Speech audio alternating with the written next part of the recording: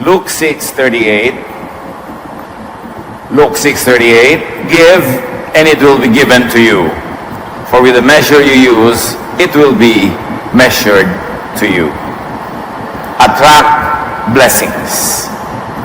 Father, we thank you that you bless us. And we thank you, Lord, that there are established laws in your creation that we can know and we can live by. Linisin niyo po kami, Panginoon. Patawarin sa aming mga pagkukulang at ngayon ay biyayaan niyo po ng karunungan, kaliwanagan. Akayin niyo kami para kami lalong mapabuti, mapaayos, at ang inyong mga pagpapala ay ganap at lubos naming matanggap. Kayo ang aming hinihiling na maging tagapangaral. Turuan niyo po kami, pagalingin, palakasin, at bigyan ng inyong Espiritu. Lord, we ask you to be our preacher. Lead us, teach us. In the name of your Son, Jesus, we pray with thanksgiving. There are causes and effects. Nang nilikha ng Diyos ang creation, ay mayroong mga established laws. If P, then Q. Pag ito ginawa mo, gano'n na magiging bunga. What you plant, you harvest. And even being blessed is covered by established laws that could be gleaned all over Scripture. Pag sinuri natin ang iba't ibang bahagi, mga laman at mga pahayag ng Biblia, ay ating mapipili, maiipon ang mga patakaran, ang mga paraan at direksyon kung paano lalo tayong mabubuhay na tumatanggap ng pagpapala ng Diyos. It is important in our lives to attract what we like to receive. Sometimes we attract what we don't want because we are not aware that what we're doing is attracting what we do not want.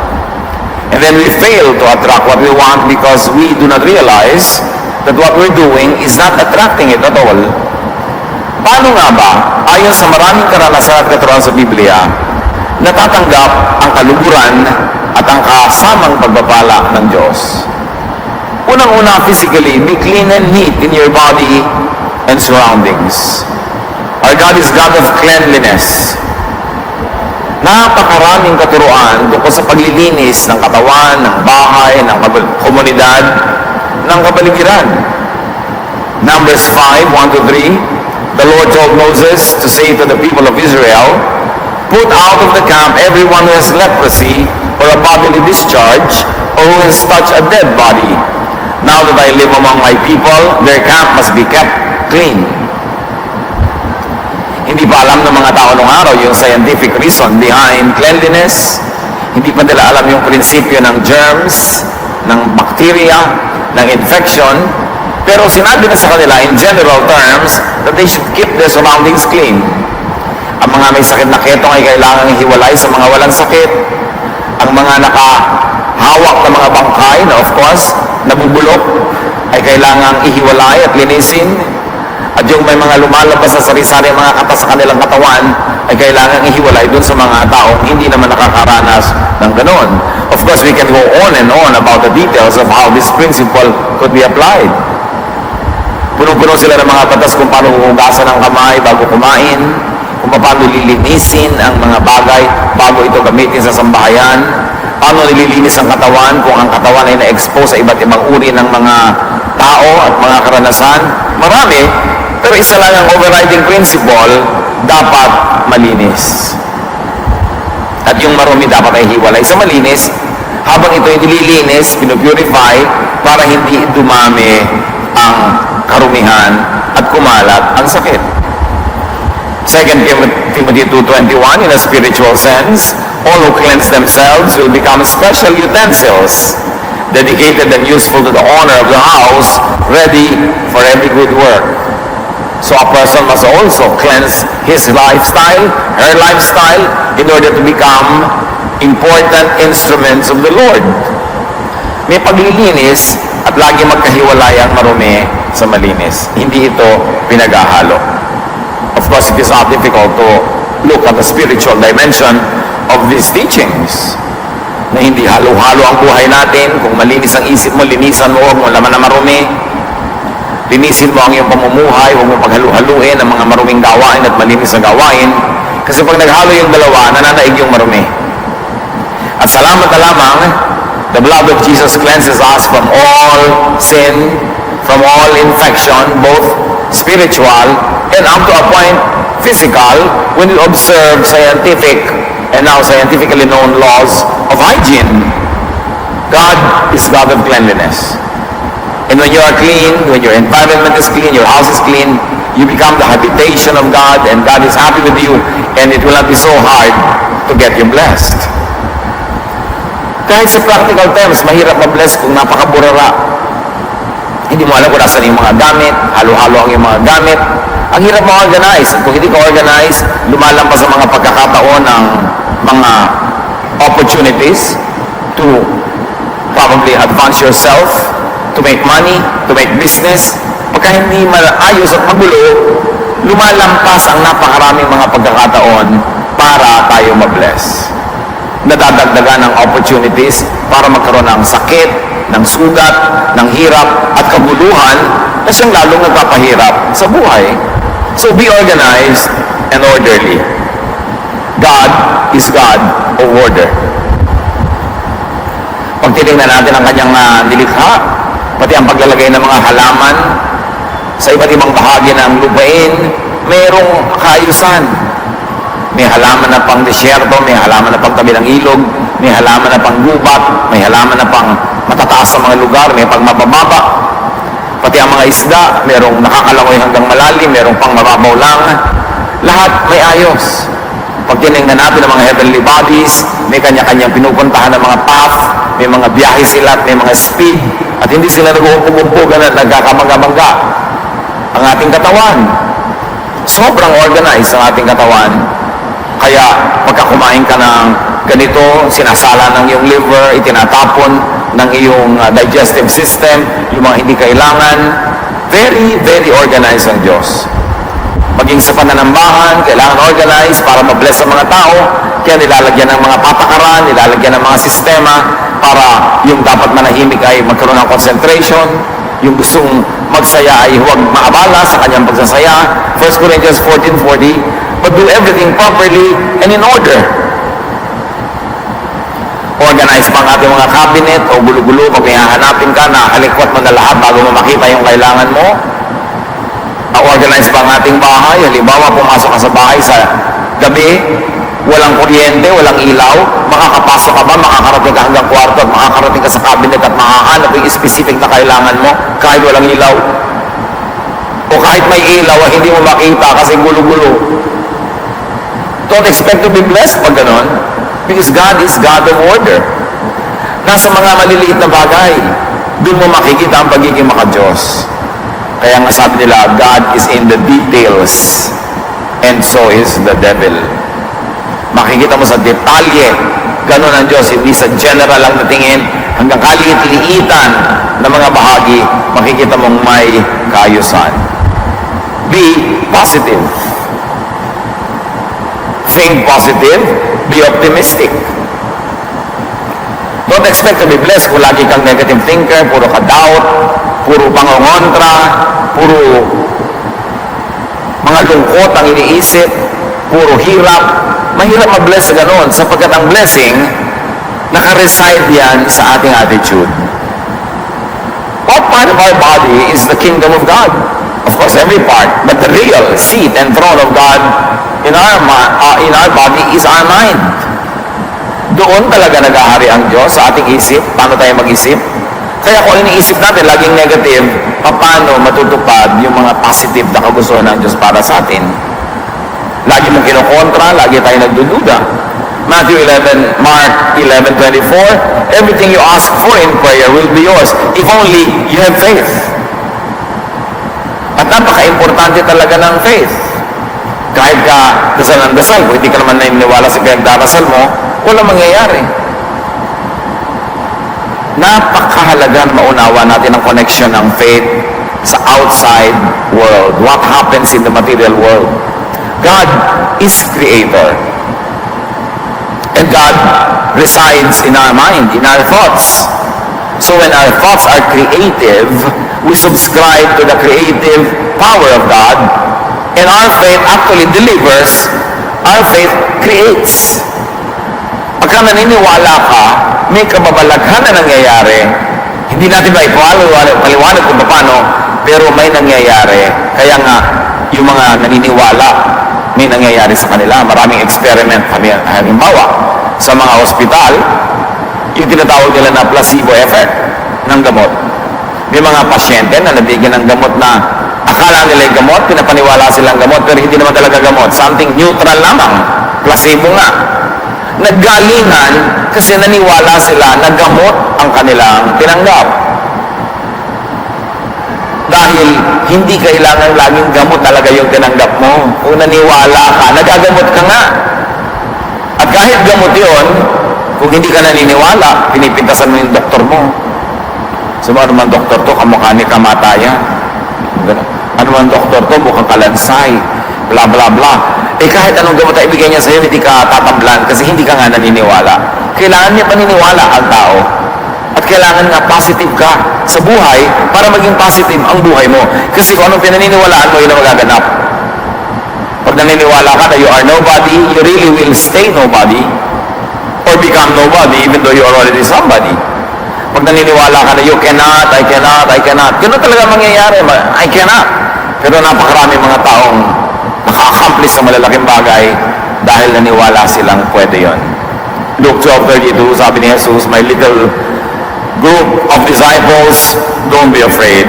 Your Father wants to give you the kingdom. Malaki, pinakamalaki ang gusto ibigay ng Diyos sa inyo, ang kanyang kaharian. So hindi pa ba niya ibibigay ang mga maliliit na bagay? Hindi mo lang tinatanggap kasi hindi ka naniniwala. O kaya, naniniwala ka pero kalahati lamang. A one-half faith is a one-whole nonsense. It does not work. Anong uri mga kapatid ng faith ang dapat natin ma-develop? Yes, naniniwala ka sa Diyos. Yes, naniniwala ka sa mga tinuturo ng Biblia. Pero may nangyayari ba talaga sa buhay natin? Maasenso nga ba tayo dahil tayo nananalig? Lumalakas ba tayo dahil tayo nananalig? Bumabait ba tayo dahil tayo nananalig? O nananalig lang tayo pero walang nagiging bunga talaga sa buhay natin? Ang uri ng pananalig na dapat nating malinang, ma-develop, mabunghal, yung pananalig na nagbubunga ng mga bagay na nangyayari talaga sa daigdig. Our faith should be able to deliver, to create, to recreate, to bear fruits in practical terms. So naniniwala ka mabait ang Diyos, bumabait ka rin dahil sa paniniwala na yon. Naniniwala ka na masipag ang Diyos, marami siyang nilikha, sumisipag ka rin at nagiging malikhain. Nananalig ka na mapagpatawad ang Diyos, nagiging mapagpatawad ka rin. Nananalig ka, binigyan ka ng Lord ng talents, na bubungkal mo, na de-develop na yung talent sa'yo hanggang mamunga, hanggang nakapagbigay sa'yo ng kasiyahan, naging karoon ng mga prutas, yung iyong talent na yun. Pero hindi yung naniniwala ako may talent ako, tapos wala naman nangyayari sa buhay mo. Hindi yun ang paniniwala na sapat. We've got to believe to the point of creating things in the universe as a product of our belief.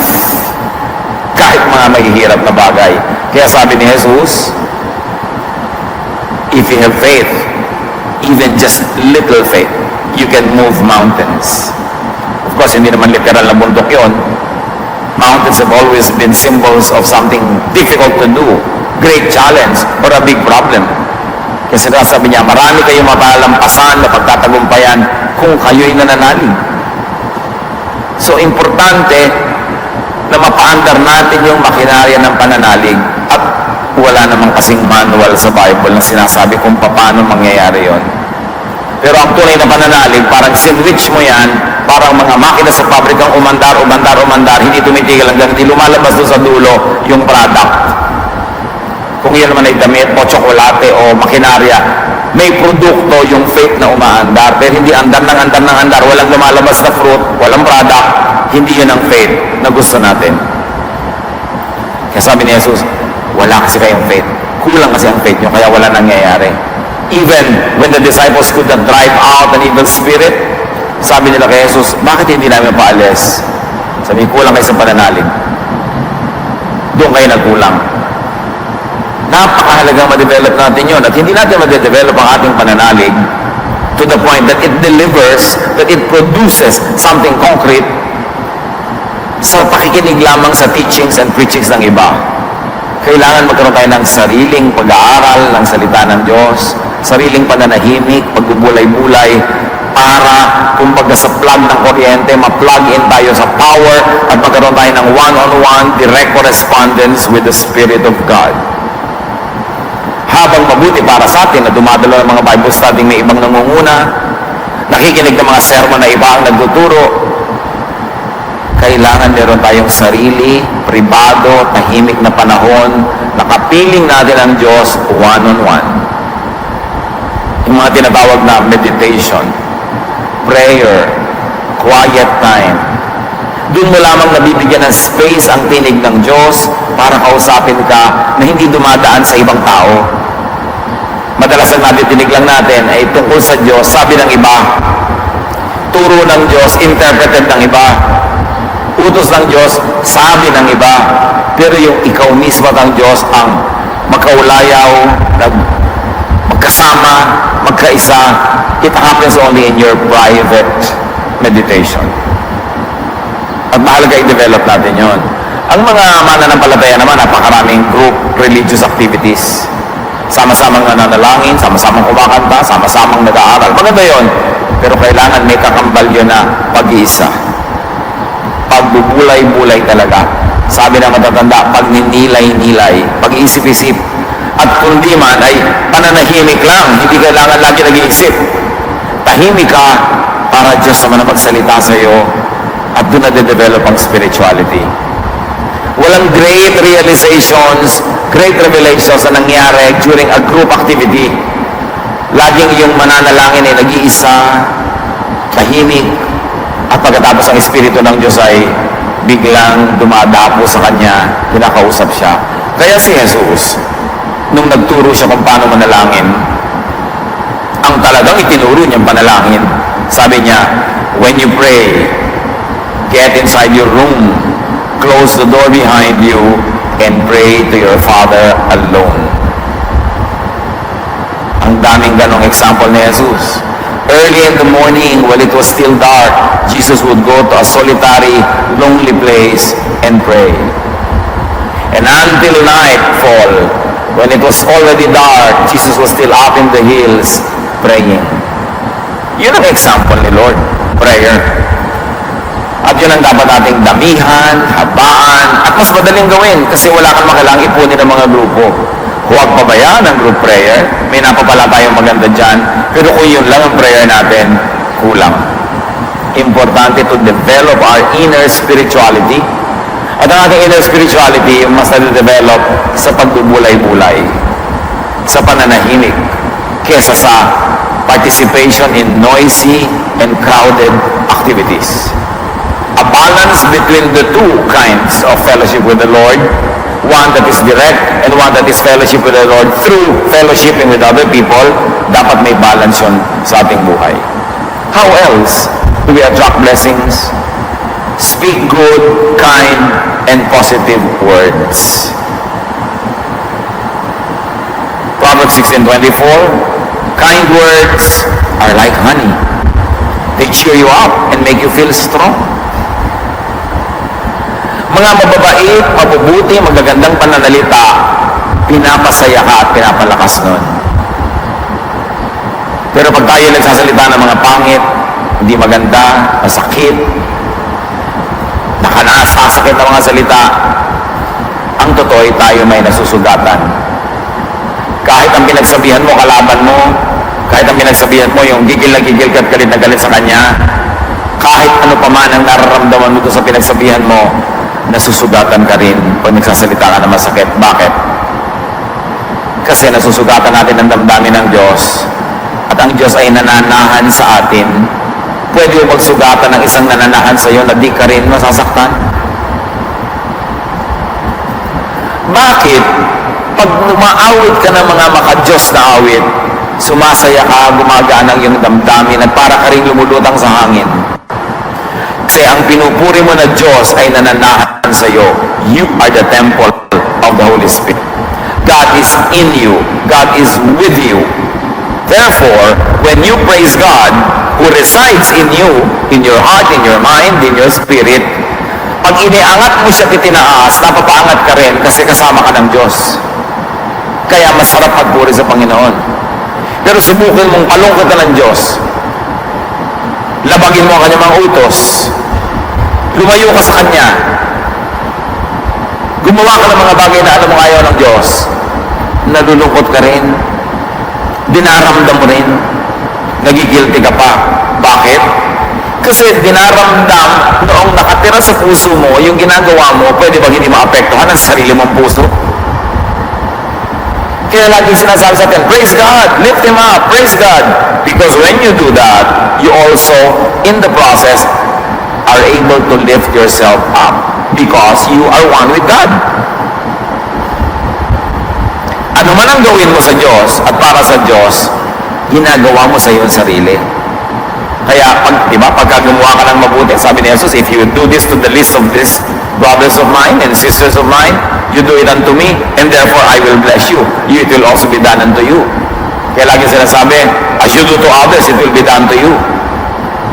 Kasi yung others na yon, lalo't mga kapatid sa pananampalataya, nandun din ang Diyos, nakatira rin sa kanila. Pwede mo ba silang saktan, chismisin, paggawa ng hindi mabuti, na hindi mo sinasaktan ng Diyos, at kung nasaktan yung Diyos na nakatira sa puso nila, na nakatira rin sa puso mo, edi nadadamay ka rin, nasasaktan ka rin. Kaya itinuturo sa atin ni Jesus, gumawa kayo ng mabuti sa kapwa nyo, dahil kayo rin ang makikinabang nun.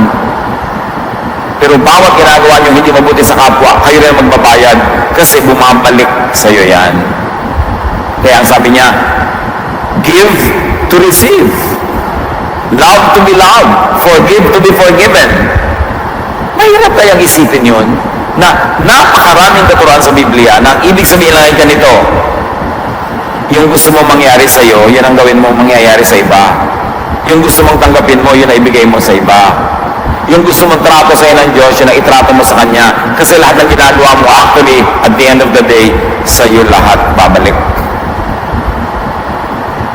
So, hindi pwede na gusto mo, mabuti ang tanggapin mo, pero masama ang ginagawa mo sa kapwa. Hindi pwede na gusto mong umani, pero hindi ka nagtatanim. If P, then Q. Importante na makita natin yung koneksyon nung bunga at nung tanim. Kaya mga salita lang yan, ha? Gano'ng karaming beses na ang ilan sa atin na nasuong sa malaking gulo dahil lang sa salita. Dahil lang sa sinabi mo.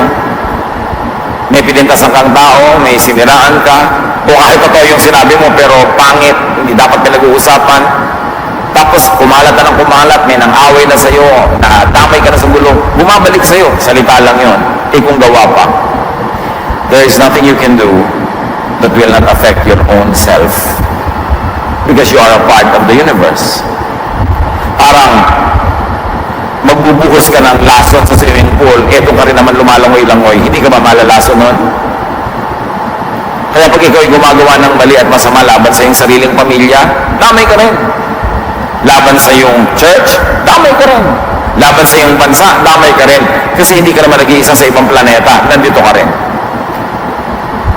We must realize that the kingdom of God is really our mind, our hearts, our person. Sabi niya, the temple of the Holy Spirit is you, is within you. Therefore, when you do good to the kingdom of God, you are doing good to yourself. So, paano tatanggap ng blessing? Release blessings to others. Paano natin iiwas sa sarili natin na saktan tayo ng iba? Huwag tayo manakit. Because we are taught by Jesus, do unto others as you would have them do unto you. Words attract their counterparts in the spiritual world. Ang salita, symbol lang yan. Pero yung symbol na yan, may kakambal na reality sa spiritual world. Halimbawa, sinabi mo yung salita na maganda. Ano ba yan? Mga letra lang yan eh. Tunog lang.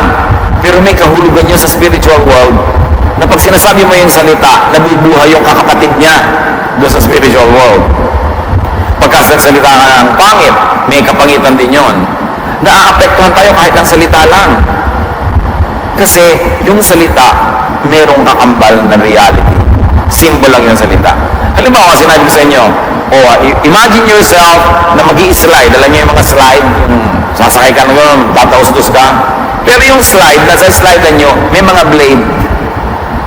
So dadaan ngayon ang inyong buong hita at ang inyong buong behind doon sa blade na yun habang nag-i-slide kayo. Ano nararamdaman nyo? May nararamdaman kayong gano'n. Parang gumagahapang na kuryente sa inyong mga legs. Salita lang yon, hindi naman talaga kayo hinihiwa.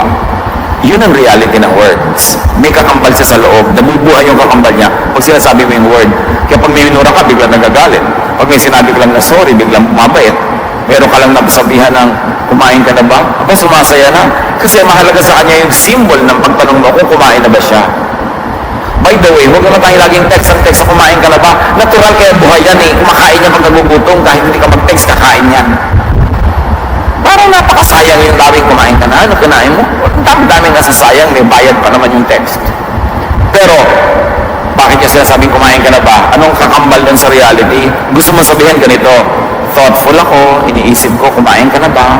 So, nagtatanong ako sa iyo para malaman mong thoughtful ako and I'm thinking of you. May symbol eh. O paano ngayon, kung mga sinasabi natin yung mga mura, minumura natin ating kapwa, pinipintasan mo yung halaman sa garden mo, di ba niya nadidinig yun?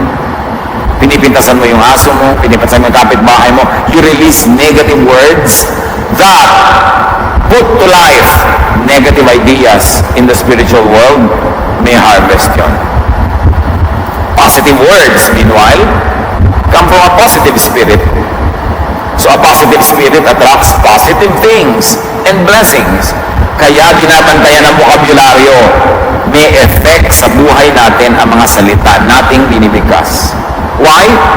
Because we were created in God's image. Whether we like it or not, our words have power. Because we were created in God's image. Ang salita ng Diyos, sasabihin ng Diyos, let there be light, nagkaka-light. Let there be division between the waters and the land, nadi-divide.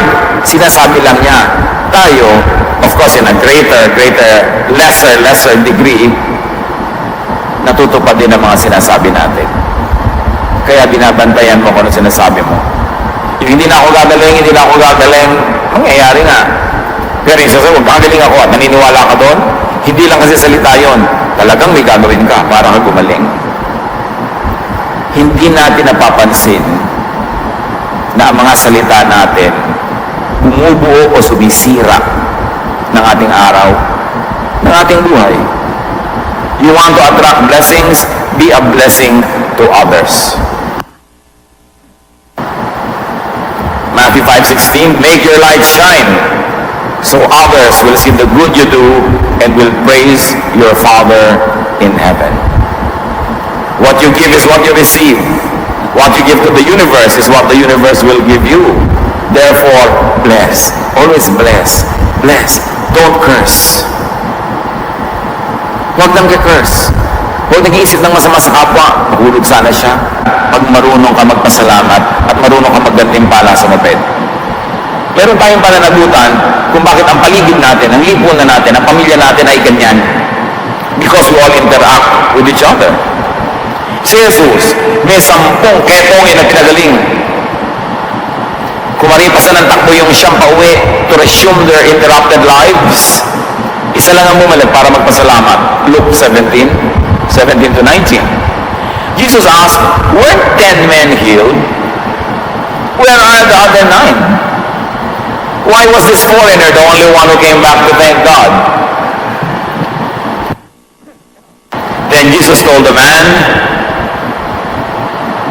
you may get up and go. Your faith has made you well. Ito lang sa 10 ang naselyohan ng paggaling. Signed, sealed, delivered. Hindi natin alam kung siyang bumalik yung sakit nila. Pero ito hindi na babalikan. Binless ni Lord ang kanyang paggaling. Sabi niya, your faith has made you well. You may get up and go. Siyang hindi nagpasalamat. Baka naman tayo, may utang na pasalamat. May nakagawa sa atin ng mabuti, hindi na natin napasalamatan. O tayo, nagkakagawa ng mabuti at hindi tayo napasalamatan, mga kapatid, huwag kayong madadala sa paggawa ng mabuti. Just be a little bit wiser, more careful, but don't be jaded to the point that you become bad just because you are trying to protect yourself. Hindi lahat ng taong hindi marunong tumanaw ay kamukha ng lahat ng ibang tao pa. Huwag kayong mabubuhay na dala. Kasi pag dala ka, nakasara na lahat ng pinto mo. Wala na makakapasok na magnanakaw, yes. Pero wala rin makakapagpapasok na magbibigay sa iyo ng mga magagandang bagay. Ganyan din yung nadadala sa pag-ibig. Para 5 beses pa lang naman na bibigo, nadala na. So ayaw na, nagsara na. Eh ano buong buhay, mag-isa ka na lang, sarado ka na dahil nadala ka. Mahirap na nabubuhay bilang dala. Kasi sa pagsasara mo, sa pagpaprotect mo na yung sarili, na itataboy mo rin pati mga blessing. Just be a little bit wiser, more careful, more circumspect. Mas magilang mapanuri. Pero kung mamimili pa rin, kung magtitiwala o hindi, magiging mabait o hindi, magiging mabuti o hindi, mas piliin pa rin natin na maging mabuti. Because God is on your side when you're doing what is good. And God is God of justice. God knows how to reward the good and to punish the evil. Lagi tayong magbigay ng chance sa ating sarili. Yung pag-iisip, pinakamahalagang part ng buhay yan. Kasi ang paraan ng pag-iisip natin ang humuhubog kung anong uri ng buhay tayo magkakaroon. Luke 6:38, give and it will be given you. A good measure, pressed down, shaken together and running over will be poured into your lap. For with the measure you use, it will be measured to you. Etong talinghaga na to, hindi na natin to alam kasi hindi na tayo nagsasalok ng mga bigas, ng mga grains, ng mga mais, kinikilo-kilo na kasi. Pero nung araw sa mga palengke, yung mga namimili ng mga grains, ang lalagyan nila hindi supot, yung damit nila, hawakan nila yung laylayan, itataas nila yung laylayan, magiging parang supot yung damit nila, doon inilalagay ngayon yung binibili nila, kaya will be poured into your lap. Yun ang sasabihan. Sabi, at kung yan ay sinalok, sinukat sa mga lalagyan, sabi ganon, hindi dinadaya na binubuhaghag para mukhang puno na, yung pala hangin-hangin lang yung gitna. Sabi, tinitik-tik, nililiglig para bumaba pa uli, para pag nagka-space, lalaman uli, para punong-puno ang binibili mo. Isa lang ang ibig sabihin. Pagka ikaw ay palabigay, alam yun ng Diyos, pag binigyan ka niya, apaw-apaw, sobra-sobra sa sukat, masagana. Kaya hindi natin dapat gawin yung sarili natin na maramot dahil lang tayo napagdamutan. Hindi tayo dapat manakit dahil lang tayo nasaktan. Lagi tayong may bagong pag-asa, may bagong buhay na kahit nasaktan tayo kahapon, ngayon ibang araw na naman ito. Hindi ko isipin masasaktan naman ako, kundi hahanda ko ang sarili ko na masiyahan naman, makapagbigay pa rin ng kasiyahan. Kasi pag nabuhay ako sa alaala ng mapapait na kahapon, mapait na yung ngayon ko, mapait pa yung niya, dapat wise. Sabi ni Jesus, be innocent as doves, but be wise as serpents. Walang hard and fast rule. Every step, nakikiramdam ka, nanunuri, nag-iisip, at nagpapasya kung anong tamang hakbang na gawin. Walang isang tamang hakbang sa lahat ng araw, sa lahat ng bagay. Lagi kang nag-iisip, nananalangin. And send out to the heavens what you want the heavens to send back to you.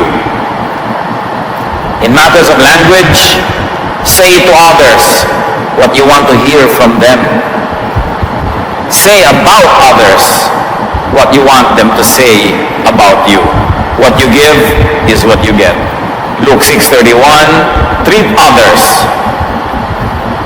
as you want to be treated. Kung paano mo gustong ituring ka ng iba, ganun mo sila ituring. How do you attract blessings? Kung isa lang ang ating matatandaan, how to attract blessings? Be a blessing.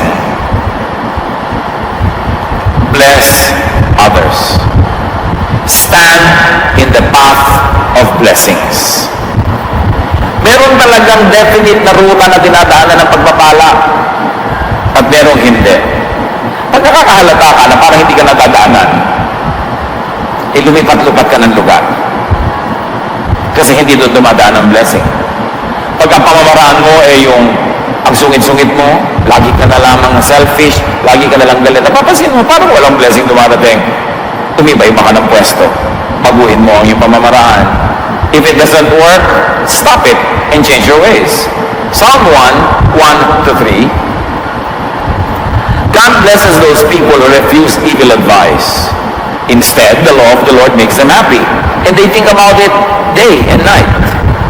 They are like trees growing beside the stream, trees that produce fruit in season and always have leaves. These people succeed in everything they do.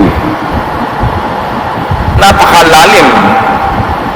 Sabi niya, kung gusto niyo pagpalain kayo ng Diyos, tanggihan niyo ang lahat ng hindi maka-Diyos na ideya, na payo, paraan ng pag-iisip. At ang lagi niyong pagbulay-bulayan, ipamuhay yung kalooban ng Diyos. Pag ginawa niyo yun, sabi niya, para kayong punong nakatanim sa tabi ng batis. Ito yung sinasabi kong path of blessing.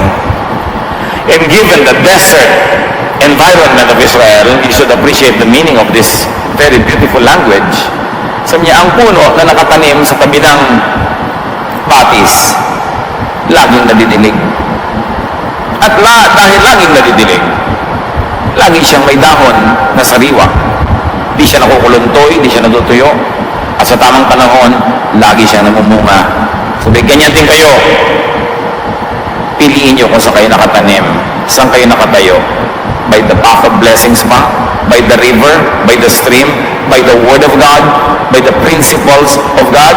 Kasi pag doon kayo namuhay, lagi kayong pinagpapala, lagi kayong magiging masagana, sariwa, malusog, at magiging blessing din kayo sa iba. Siyempre, kung marami kang dahon, mga ibon, nakakasilong sa iyong mga sanga, nakakapagpugad sila doon. Pag marami kang bunga, marami makakakain ng bunga mo. It's all because you are planted by streams of water. Makahalata tayo mga kapatid kung parang hindi tayo blessed o parang pagkakatanim natin sa isang maling lugar. So, ang trabaho mo ba, nagbibigay sa'yo ng prosperity, baka hindi ka dapat dyan kung hindi. Yung mga relasyon mo ba sa mga tao, nagpapasaya sa'yo, nagpapagulo ng buhay mo, baka hindi sila dapat ang mga relasyon mo. Ano ang style mo sa buhay? Paano ka mag-isip? Yung pag-iisip, yung paraan ng pamumuhay, yun ang naglalagay sa atin in the path of blessing. So, suriin ang mga sarili. Kung happy-happy tayo, edi stay where you are. Or probably you can even move to a much better place. Mas marami mo palang bunga naghihintay sa'yo. But if you are in a situation where you are really not happy for a long time already, and you don't seem to be productive, and you don't seem to have what it takes to enjoy life, think, baka hindi yan ang dapat mong kataniman. Hindi lang lugar sa buhay, hindi lang relasyon, kundi paraan ng pag-isip. As you think, you become. Your life is shaped by the way you think. Kaya sinasabi sa Bible, be changed by the renewing of your mind. Let God change the way you think, and that's how your life will change. Dear Lord, turuan niyo kami na mag-apply sa buhay namin ng kahit ilan lang sa mga bagay na aming tinalakay. At salamat kung mas marami